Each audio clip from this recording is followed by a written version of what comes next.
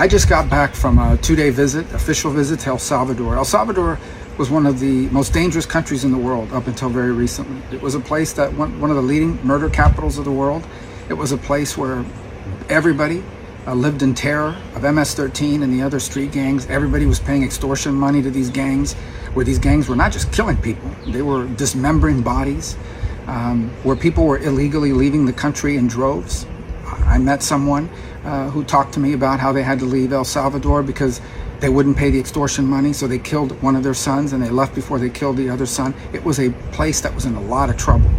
They elect a new president, Nayib Bukele, and he takes office and he gets the legislative branch to give him special powers for a special period, for a limited time, and he uses it to go out and round up all the gang members and put 30 or 40,000 of them in jail. And guess what? All of a sudden, the crime rate has plummeted. All of a sudden, the murder rate has plummeted. All of a sudden, for the first time in decades, people can go out at night. All of a sudden, for the first time in decades, people don't have to pay extortion money to a gang anymore. So how has the Biden administration reacted to this? By bad-mouthing the guy, by sanctioning people in the government, by going after them because they're being too tough and too harsh and so forth.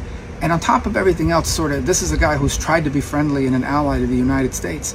And we have a problem in our foreign policy. We treat our enemies better than we treat our friends.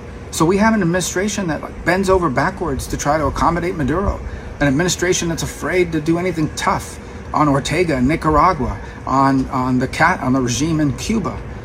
But on the other hand, decides I'm going to crack down on El Salvador and sanction them and badmouth them and try to make them a global pariah. I'm going to crack down on other countries like the Dominican Republic, for example, that's facing some of the same challenges.